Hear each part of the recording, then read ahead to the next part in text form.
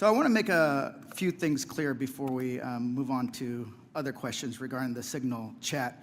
Director Gabbard, yesterday before the Senate Intelligence Committee, specifically when answering Senator Kelly, you repeatedly said you did not recall any discussion in the Houthi PC small group discussing operational details, strike targets, the type of vehicles and military units involved, or the timing and order of strikes. Do you stand by your testimony from yesterday that you do not recall any of the discussions regarding this type of classified information? Yes or no? My response in the Senate yesterday, yes, I stand by that response. Obviously, the release of the screenshots that came from that chat group today were a refresher on what happened. As I said earlier, I was not involved with that portion of the chat, so it did not come to my recollection yesterday. Thank you. So I take that as you stand by your do not recall yesterday stance when you were asked those questions. You've been in office 43 days. Director Radcliffe has been in office 62 days. This was considered the first major military operation using lethal force of the Trump administration. Was this the first, this was probably the first time that you've been involved with a discussion like this on a thread. It was not discussing, you were not on a group chat discussing where we're gonna go for lunch. You're discussing putting men and women of the armed services in harm's way. That's a major decision. So, and when did that happen? 10 days ago? Okay, I'll answer that. It happened 10 days ago. And here's the point. Like something of this magnitude, it's something that you would not forget. It's something that most people, if you're taking this job so seriously, that you would not forget. I mean, since I've been on this committee, there's been days that I have woken up in the middle of the night from the things I learned in the SCIF.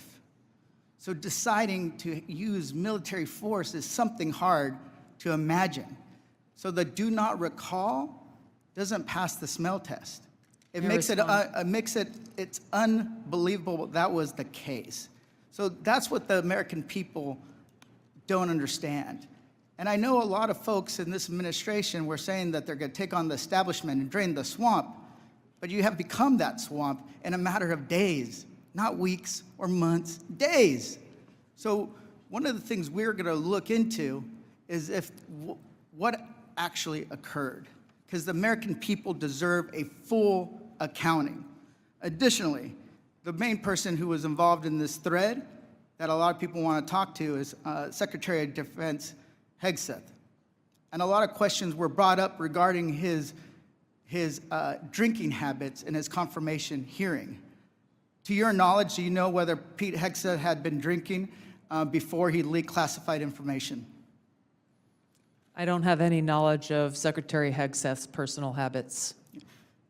Director Radcliffe, same question. Yes or no? You know, no, I'm going to answer that. I think that's an offensive line of questioning. The answer is no. I find it interesting that you want to. I'm going to answer. You asked me a question. Do you want an answer? No, listen. You don't want to focus on the good work that the CIA is doing, that the intelligence community. Director, I reclaim my time. Director, I reclaim my time. Here, I have huge respect for the CIA, huge respect for our men and women in uniform. But this was a question that's on the top of minds of every American, right? He stood in front of a podium in Europe holding a drink. So of course, we want to know if his performance is compromised. If people were asking if the General Austin was compromised because of a heart issue, was his performance compromised because of a successful strike? I yield back. Mr. I bring my... You want to know, you want to talk about accepting responsibility? Do you think you should accept responsibility for a successful strike to make Americans safer? You want to focus on... I reclaim my time. So here's the thing. This is serious. As somebody, we've been briefed in this committee about using Signal. One of the things they basically said, the most secure phone call, the least secure text messaging.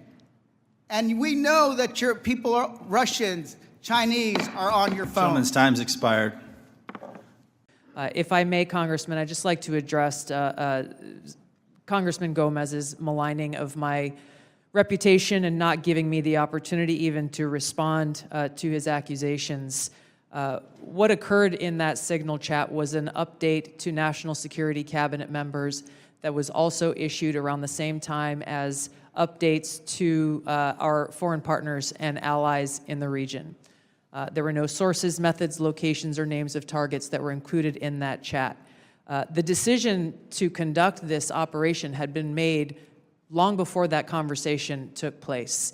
I do take my responsibility very seriously and played an integral role in providing the intelligence community's assessments that led to the ultimate decision by the President to conduct an operation, which, by the way, was very successful and continues to be very successful.